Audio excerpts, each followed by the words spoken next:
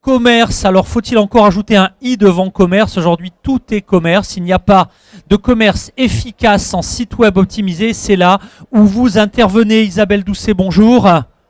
Bonjour. Alors vous êtes responsable études et donc relations externes au sein de Sud-Ouest Publicité. Fabrice Bory, bonjour. Bonjour. Vous êtes chef de projet digital au sein de Sud-Ouest Publicité. Alors je vais tout de suite vous laisser le micro, le plateau. Vous avez préparé un duo pour nous présenter tout ce qu'on rêve d'avoir en matière de performance web. Le plateau est à vous. Absolument, mais si on pouvait avoir la presse aussi qui s'affiche sur les écrans, même si bon, c'est pas très... Allez, non, mais ça apparaît, je sais pas si ça s'est éteint. Sinon, je m'en occupe. On l'a fait a cappella, ça va apparaître. Alors, on le sait, aujourd'hui, bien sûr, le digital est partout. D'ailleurs, je regardais tout à l'heure, en passant la présentation précédente, où effectivement, on remontrait les chiffres clés. C'est ça, ouais. Voilà. Les chiffres clés du digital aujourd'hui, donc bien sûr, c'est 90% de la population française aujourd'hui qui va régulièrement sur Internet, qui va s'informer. Google qui est omniprésent, puisque le moteur de recherche, c'est à peu près aussi 8 Français sur 10 qui s'y connectent sur un mois donné, si on regarde les dernières dates données Médiamétrie. Et plus de 70% chaque jour. Donc c'est vrai que tout ça, ça a énormément modifié les parcours d'achat. Que ce soit en fait qu'on soit commerce offline avec un vrai magasin physique ou qu'on soit commerce en ligne, c'est vrai que maintenant le digital, finalement, il est partout dans ce parcours d'achat. C'est pour ça que ne pas être présent sur le digital aujourd'hui, c'est un peu comme si on avait le rideau fermé. C'est ce qu'on prend souvent comme exemple. Voilà, la boutique elle est fermée, on peut pas rentrer. Donc c'est pas parce qu'on a un commerce physique qu'on doit pas être présent sur le digital, parce que c'est vraiment quand même aujourd'hui un outil qui peut être très très efficace pour faire des ventes offline, donc sur un point de vente. J'ai pas ma presse. Ça va venir. Bon, c'est pas grave, je vais commencer quand même. Aujourd'hui avec Fabrice, qui est notre spécialiste de la création de sites internet. Alors Sud-Ouest Publicité, je vous dis juste qui on est. Sud-Ouest Publicité, on appartient au groupe Sud-Ouest. Donc le groupe Sud-Ouest, c'est le quotidien Sud-Ouest, c'est le quotidien La Charente Libre. Et donc on est à la fois régie, où on vend donc les espaces publicitaires, et aussi agence média. On conseille en fait les annonceurs dans la création de campagnes, de campagnes internet. Alors avant de créer son site, puisque c'est le sujet, il faut se poser les bonnes questions. Ça c'est très important, parce que c'est vrai que c'est finalement dès le départ que on va poser les bonnes pierres, les bons fondements en fait, pour ensuite avoir un site efficace, puisqu'encore une fois le site, il doit avoir un objectif, on va le voir, et un objectif très clair. Alors tout d'abord, se demander qu'est-ce que j'attends de mon site web. C'est vrai que si vous êtes un commerce, si vous êtes dans le tourisme, si vous êtes une mairie, la première question à vous poser finalement, c'est pourquoi je fais un site, à part être sur le digital, oui, mais concrètement, qu'est-ce que j'attends de mon site? Qu'est-ce qu'il doit faire pour moi? Et quelle est la place en fait de ce site dans ma stratégie globale d'acquisition de clients? L'objectif du site web aussi, c'est très important. Nous, par exemple, si vous allez regarder notre site, on a énormément d'offres, on fait énormément de choses, on est sur énormément de métiers. Mais finalement, on s'est dit, c'est trop compliqué d'expliquer tout ça. On veut juste que les gens puissent nous contacter facilement, comprendre ce qu'on fait. Et ensuite, on leur expliquera en fonction de leurs besoins en quoi on peut les aider et trouver la bonne solution. Donc ça, c'est vraiment important de se dire, voilà, quel objectif? Mon site, il doit faire quoi? Qu'est-ce que j'en attends? Si on n'est pas capable de se dire ça au début, il faut vraiment y penser, parce que sinon, on risque de faire un site qui sert à rien, j'allais dire, et donc c'est un peu de l'argent dépensé pour rien. Bien sûr, une fois qu'on a un objectif, on doit penser aussi à la façon dont on va mesurer l'atteinte ou pas de l'objectif. Ça, c'est vraiment très très important. Si mon site, c'est de faire des ventes en magasin, il va falloir se poser la question de comment je vais pouvoir dire que mon site, il a bien atteint l'objectif de j'ai eu des ventes en magasin. Donc il faudra tout de suite, dès le départ, quand vous allez briefer votre agence, lui dire, ou votre concepteur de site, si ce n'est pas une agence, lui dire, voilà, comment on va pouvoir tracer les gens qui viennent du site et comment je vais pouvoir, quand ils arrivent dans mon magasin, essayer d'identifier par quel canal ils sont arrivés là. Alors évidemment, c'est un sujet des fois qui fâche un peu le budget, mais c'est vrai que c'est important d'en parler. Un site, c'est pas gratuit. Un référencement, c'est pas gratuit. Le référencement naturel, c'est pas gratuit non plus. Le référencement payant, comme son nom l'indique, c'est pas gratuit non plus. Donc ça, c'est important aussi de se dire, voilà, je veux faire un site, j'ai un objectif derrière ce site. C'est une stratégie globale de développement d'entreprise, de développement de business. Donc bien sûr, il doit y avoir un retour sur investissement. Là aussi, il faut être capable de le mesurer. Mais il faut aussi quand même être conscient qu'il va y avoir à un moment ou à un autre un budget à consacrer à cette stratégie. Donc ça, c'est important dès le début d'avoir une idée de combien vous pouvez consacrer dans un temps 1, en tout cas, à la création de votre site. Et puis, au-delà de la création du site, le site, il faut le faire vivre. Si votre objectif, c'est de développer des ventes en ligne ou des ventes en magasin, il va falloir avoir du trafic qualifié. Et pour avoir du trafic sur un site, il faut faire du référencement naturel et puis souvent au départ du référencement payant aussi. L'un comme l'autre, c'est pas gratuit. Il ne faut pas croire que le référencement naturel, encore une fois, est gratuit. C'est un investissement en temps, c'est un investissement en compétences, c'est long, ça prend du temps, il va falloir le mettre en place, etc. Ça demande aussi un petit budget à lui consacrer. Et puis après, le référencement payant, comme son nom l'indique également. Et puis, il n'y a pas que le référencement, ça peut être aussi des campagnes display, il y a d'autres solutions pour apporter du trafic qualifié. Donc il faut penser à ça aussi au début, avant même de lancer votre site. Et puis, qui sont les acteurs de mon projet web avec qui je vais travailler, alors en externe, en interne, qu'est-ce que je peux déléguer, qu'est-ce que je peux traiter en interne, quelles sont mes compétences, quelles sont les compétences des gens qui m'entourent dans mon entreprise, comment je peux faire coexister tout ça. Et quand vous vous êtes posé toutes ces questions, que vous avez des réponses à tout ça, alors là, oui, vous pouvez vous lancer. Alors la prochaine étape qui est primordiale, c'est la rédaction du cahier des charges. Un cahier des charges, on voit souvent des acteurs se présenter aux agences ou aux prestataires en disant voilà, j'ai un besoin, je veux un site internet, mais avec aucun document à l'appui. Il est vraiment important de faire la différence entre ses besoins et ses envies. Donc la rédaction du cahier des charges, vous pouvez soit le faire vous-même ou vous faire accompagner. Souvent c'est mieux d'être accompagné. Pourquoi? Parce que dans ce document, vous allez devoir expliquer le contexte de votre entreprise, quels sont vos objectifs, quelles sont les fonctionnalités utiles à votre activité, quelles sont les fonctionnalités non indispensables qui pourront être optionnelles à votre activité. Et enfin, si votre activité est dans un cadre juridique particulier, il faudra le mentionner. Donc ce cahier des charges, vous devez vraiment prendre le temps de le rédiger avec vos collaborateurs, avec votre équipe, pour ne rien oublier. Ce cahier des charges, il va servir à réaliser le chiffrage, une étape vraiment importante dans votre projet. Et pour que le chiffrage reflète vraiment la réalité de votre projet,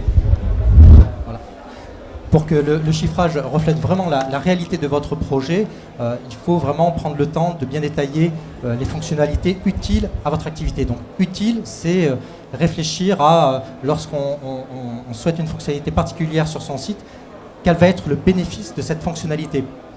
Pas se dire je l'ai vu sur un autre site, je pense que c'est bien, c'est pourquoi j'en ai besoin. Une fois que vous avez réalisé ce document, vous allez pouvoir faire le tour des agences, des prestataires, pour faire chiffrer votre projet. C'est vraiment important d'avoir un document parce que vous pourrez comparer les prestations qui vous sont proposées et comparer aussi le descriptif des prestations qui vous sont proposées. Alors, il ne faut pas regarder simplement la somme au total, combien me coûte mon site et prendre le moins cher. Il faut regarder vraiment quelle réponse on apporte à chacune des problématiques que vous avez exposées. Ça, c'est vraiment, vraiment important. Et puis, c'est un outil de discussion avec votre prestataire, avec les agences. Peut-être que certaines fonctionnalités ne seront pas forcément utiles dans l'immédiat. Donc, ils pourront être mis dans un lot ultérieur une fois que votre activité digitale aura vraiment démarré. C'est important aussi d'identifier vos ressources internes qui vont vous accompagner dans ce projet-là. Un projet web, c'est pas seulement l'agence et vous, c'est aussi vos collaborateurs qui tous les jours participent à votre activité et vont certainement devoir fournir des informations, participer au projet. Et donc il faut que vous puissiez vous reposer sur des personnes de votre entourage. Pourquoi ? Parce que vous aussi, vous avez votre propre activité. Vous allez devoir être disponible pour l'agence pour répondre aux questions sur les structures, sur les contenus. Il faut donc pouvoir déléguer une personne de votre choix en qui vous avez confiance et qui pourra avoir un pouvoir de validation. C'est vraiment important, dans le cadre d'un projet, de pouvoir nommer clairement les personnes qui peuvent valider les éléments. Ça peut être bloquant dans un projet si on ne sait pas trop qui valide ou qui a autorité de validation. Les étapes de projet de votre site, il faut aussi en avoir conscience. Une fois qu'on a validé le devis, le chiffrage, l'aventure elle commence et l'aventure elle va commencer avec des interviews avec vos équipes, avec vous, pour que vous puissiez parler de votre activité afin que l'agence ou votre prestataire s'imprègne vraiment de vos objectifs, de vos préoccupations et de vos problématiques quotidiennes. En général, il est préférable de passer par une phase de recherche de potentiel sur le digital pour pouvoir construire une arborescence optimisée et qui réponde vraiment aux requêtes des internautes. C'est là où effectivement on voit vraiment la différence entre quelle navigation j'aimerais bien pour mon site et finalement quelle serait la validation qui serait optimisée pour répondre aux requêtes des internautes et des recherches sur les moteurs de recherche. Une fois que l'étude a été réalisée, vous validez l'arborescence et là vous avez un graphiste qui va pouvoir entrer en jeu et commencer la création des zonings de vos pages. Le zoning de vos pages, c'est l'avant-maquette. On va placer les éléments, les valider de chacun. On va prévoir plusieurs types de pages et on va placer les différents éléments, les boutons importants. Et là, on va commencer à travailler sur l'expérience utilisateur. Comment vos internautes vont pouvoir avoir la meilleure expérience possible sur votre site pour les conduire à vous contacter ou à venir dans votre boutique ou acheter si vous avez un site e-commerce.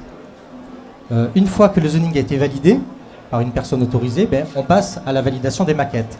C'est une étape vraiment importante. Elle n'est pas à prendre à la légère, elle est à réfléchir, faire des échanges avec vos équipes, puisqu'une fois qu'on a validé les maquettes, il n'y a pas de retour en arrière possible. Là, on passe dans le cadre du développement. C'est vraiment important de respecter cette cadence dans le développement de votre site web si vous voulez être sûr d'avoir une livraison dans les temps qui étaient prévus. Autre élément important, les contenus. Souvent, on a tendance à négliger le contenu de son site web. On prévoit beaucoup de pages, beaucoup d'éléments à intégrer, puis finalement, c'est un petit peu comme un écrivain qui est devant la feuille blanche, et à un moment donné, il faut faire ce contenu. Ce contenu doit répondre à des critères très précis pour pouvoir accompagner le référencement naturel, et puis il doit parler aussi de votre activité. Imaginez, lorsque vous devez rédiger des textes, intégrer des visuels pour un site qui ferait entre 50 et 80 pages. Voilà. Imaginez le travail que vous allez avoir derrière. Donc, dès le début, il faut pouvoir prendre en compte tous ces impératifs-là et voir, soit vous êtes capable de rédiger ce contenu, soit de solliciter votre agence ou votre prestataire afin qu'il vous propose un contenu optimisé. Et enfin, une fois que tout le contenu est développé, vous allez devoir faire la validation finale de votre site, le recettage. Et c'est là aussi où le cahier des charges a été important, puisque vous vous souvenez, vous aviez prévu toutes les fonctionnalités désirées. Là, vous allez vérifier que le livrable correspond bien au cahier des charges qui avait été fourni. Voilà. Et après, Fabrice, c'est pas fini non plus. L'aventure continue encore, puisqu'il faut se donner les moyens de réussir et d'atteindre son objectif. Donc ça, c'est important, parce que quel que soit finalement l'objectif que vous avez assigné à votre site, il y a certainement derrière quand même un trafic à générer, parce qu'encore une fois, que ce soit des ventes en ligne ou off-ligne, ou que ce soit du renseignement pour avoir de l'information avant d'aller ensuite acheter en magasin ou se déplacer, c'est vrai que s'il n'y a pas de trafic sur le site, a priori, il n'a pas lieu d'être. Donc ce trafic, il va falloir le soutenir. Il ne va pas se faire comme ça en un clin d'œil, même avec un très très bon référencement, enfin un site très très bien optimisé pour le référencement naturel. Le référencement naturel, ça prend du temps. Donc au début, sûrement, il faudra un petit peu aider ce référencement avec du référencement payant, hein, donc ce qu'on appelle les achats de mots-clés, hein, Google AdWords, ou bon, on peut aussi aller vers d'autres moteurs de recherche qui sont très efficaces, mais qui n'ont pas la puissance hein, de Google, hein, puisque Google a vraiment un leadership hein, en France très très important, hein, c'est 95% de part de marché. Bon, voilà, donc si on n'est pas sur Google, c'est quand même embêtant. Et puis après, le référencement naturel se mettra en place, mais pas que. Ça peut être aussi avec des campagnes display, ça peut être, il y a plein de solutions hein, pour augmenter le trafic sur son site. Et puis, très très très important, on a fixé un objectif, on a déterminé des indicateurs pour voir si on atteignait cet objectif, donc il va falloir regarder tout ça, le mesurer. Parce que notre objectif quand même, c'est de rentabiliser hein, ce site et l'investissement qu'on y a consacré. Donc, qui dit site dit objectif, qui dit objectif dit retour sur investissement. Donc, encore une fois, comment je le mesure, comment je l'analyse, comment j'en tire des conclusions et comment je peux ensuite faire évoluer mon site pour qu'il réponde de mieux en mieux à mon objectif et que j'ai vraiment un retour sur investissement. Donc, il existe des outils, hein, il y en a de différents, qui vous permettent vraiment de voir d'où vient votre trafic, quel chiffre d'affaires ça a généré, si vous êtes en capacité d'intégrer des données de chiffre d'affaires ou de le brancher avec votre outil de CRM, hein, donc de relation client, si vous en avez un. Mais même si vous n'en avez pas, il y a possibilité de le faire aussi. Et puis de pouvoir voir justement qu'est-ce qui convertit le mieux, qu'est-ce qui me rapporte le plus de business, voilà. Donc où est-ce que je dois augmenter un petit peu la promotion de mon site parce que finalement c'est là que j'ai le meilleur retour sur investissement, le panier moyen le plus élevé, voilà, les clients les plus fidèles. Donc c'est vraiment vraiment important. L'aventure s'arrête pas une fois que le site est livré. Il faut vraiment continuer à le promouvoir et puis surtout à le faire évoluer, et à comprendre comment il fonctionne et à s'intéresser à tout ça. Voilà, donc on a terminé. Je sais pas si on a des moments pour une question. J'ai pris quelques notes, j'espère avoir, eh bien, comme c'est votre cas, j'espère tout saisi, mais j'imagine qu'il y aura, en tout cas je l'espère fortement, eh bien, des questions. Mesdames et messieurs, il nous reste quelques minutes, c'est l'heure des échanges. Le micro est à vous, il vous suffit de faire signe et j'accours. Aujourd'hui, on a un grand public de timides. Alors, qui va nous aider à lancer le débat? Questions, réactions? Alors, je crois que on peut nous voir sur le stand hein, juste à côté où on parle également donc de création de site internet, mais on a également une partie sur le stand de création de vidéos d'ailleurs, parce que la vidéo c'est très important hein, sur le digital aujourd'hui, et c'est vrai que pour enrichir en contenu votre site, on peut aussi mettre des vidéos. Donc le stand juste à gauche en sortant, Sud-Ouest Publicité. Voilà, bon, pour ceux qui verront l'émission, eh bien, les coordonnées sont sur le site. Et pour ceux qui étaient avec nous ici même, eh bien, à Angoulême, effectivement, c'est dans quelques instants vos speed démos en 2 minutes chrono. On est bien d'accord. Hein. Mesdames et messieurs, je crois qu'on peut vous remercier à la tribune, Isabelle Doucet et Fabrice Bory de Sud-Ouest Publicité. Merci et à bientôt.